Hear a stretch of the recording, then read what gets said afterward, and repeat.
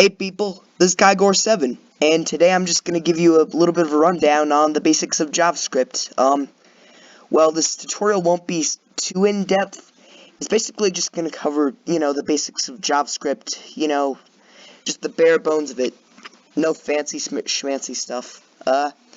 So anyways, let's get right into it. And, the first thing that you're going to want to know about JavaScript is this thing called a function, which is a piece of code that can be run multiple times. And there's like a lot of different types of functions, like there's some that if there are certain conditions met, there's some that are activated when you press a certain key or click on something, or some that just run all the time, which is really useful for things like games or animations or stuff like that.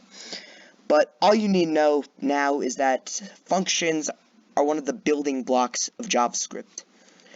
And in a basic function like the example here, you'll see that you've got the word function, and there's also going to be like the name of the function right here. I'm not really good at naming things, but for the sake of this video, I'm just going to type in name for the example name of a function.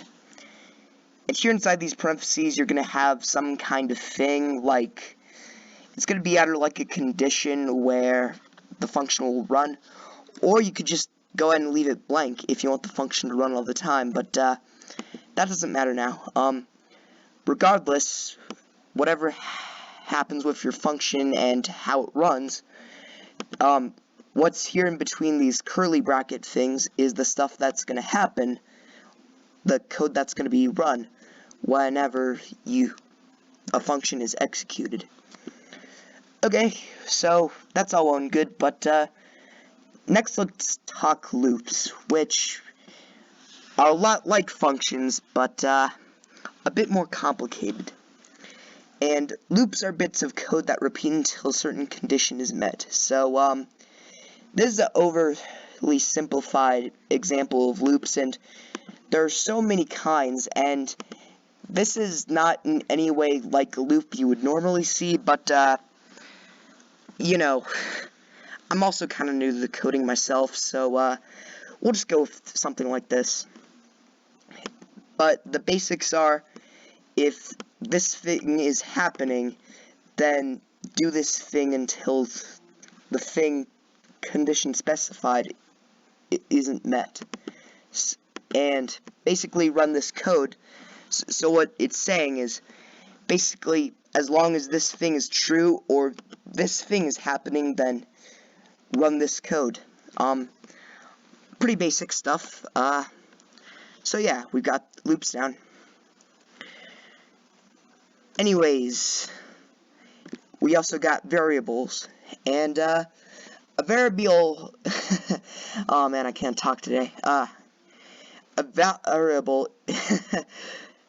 A variable is a value that represents a number, a word, or any other sort of value stored for later use. And you can think of variables as like cabinets that store values and stuff. So take a look at the example right here, and we got the variable apples, and say we want 10 of those apples. Well, you just write it something like this. And you can do a lot of things with variables. Like you can do math equations, like Jimmy has 10 apples, his friend Billy gives him 2 more. How many does he have now? And what you can do is you can do something like this, where you can do apples plus equals 2 to change the value. And you can do similar stuff with values like words and phrases. And there's also this thing called arrays, which I won't be talking about in this video, but we'll cover those more in depth later. But yeah, I think that's pretty much it for variables. You get the idea. And we also have this, and last but not least, we got if statements, which are parts of codes that say, if this thing happens, then this other thing will. So, yeah, I don't know what that was, but for our example, we got, if this condition is true, then this other block of code will happen. So, let's get a better example here. Let's say, like, if I'll just put a variable. So, like, if this variable equals a certain value, then a thing will happen. So, yeah, pretty basic stuff. You get the idea.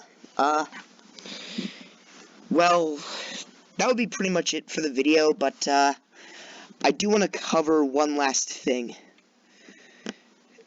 Because despite all this stuff, a lot of people will probably ask, well, where do you get all this stuff? Like, how do you code this? What platform do you code this stuff on? Well, I'll go ahead and tell you. See this right here? This is just good old Notepad, which you can easily find on your Windows taskbar.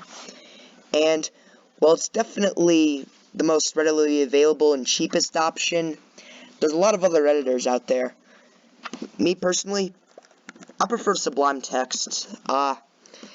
Really powerful, basically a pocket knife for all your coding needs. And, while there's a lot of other code editors out there, you just need to find the one that's right for you. But, and, you can look those up online. Basically, just find a good code editor that works for you. But, if you're new to this, or if you want my recommendation, I would say you should get either Notepad or Sublime Text. Anyways, that pretty much covers everything. But for you, I just want to say thanks for watching and have a nice day. And if you're really feeling it, go ahead, like, maybe even subscribe. This is Kygor7 signing off.